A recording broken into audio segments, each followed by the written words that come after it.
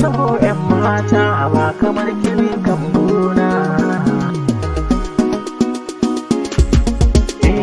So a zuciya da jikina ya shige ya nemi da gona, ya ki zo taho 'yan mata ba kamar kini kan gona. So a zuciya da jikina ya shige ya nemi da gona, ya ki zo taho 'yan mata ba kamar kini kan gona.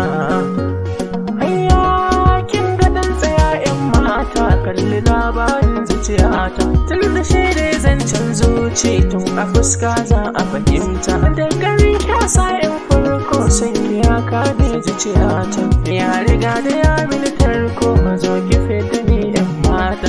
Soyayya ki so ni na soki ne farin cikin zuciyata, ce da ni kina sona ni kam nawa maza jerata. So a zuciya da jikina ya shige ya nemi da kona, zo taho 'yan mata ba kamar kini kan gona. Ga farin wata mai haske zara ta tsaya gefensa, kalli saurayi da budurwa gashi nan tana gefensa.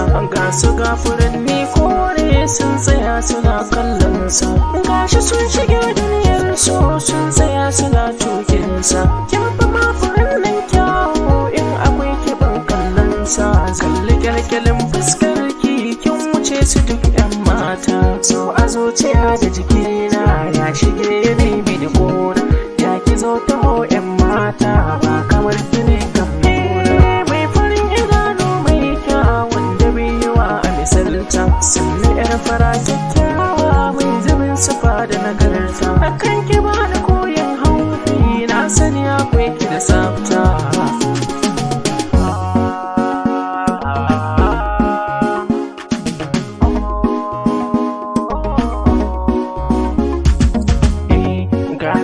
Da koko zuma ta san ki na roko, ki ba da koda koko ki sanya yanzu ciyata.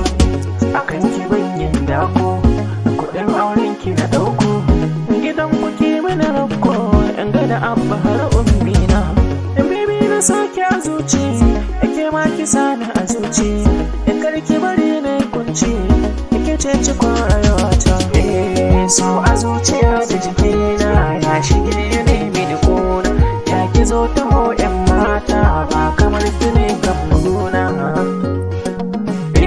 Gunki kauna na kare, ya rasa ki Allah ya kare. Zo mu zauna tare ni da ke a yi mana aure, ni damuwa sa ta kare in har kina da wana. Sha zaman ki baby ki huta, kin zamo rabin ruhina, kin zamo muradin raina, kin zamo abar kaunana. Sha zaman ki baby ki huta, kin zamo sarautar mata, mai sarautar mata a gwadar 'yan mata. So a zuciya da jiki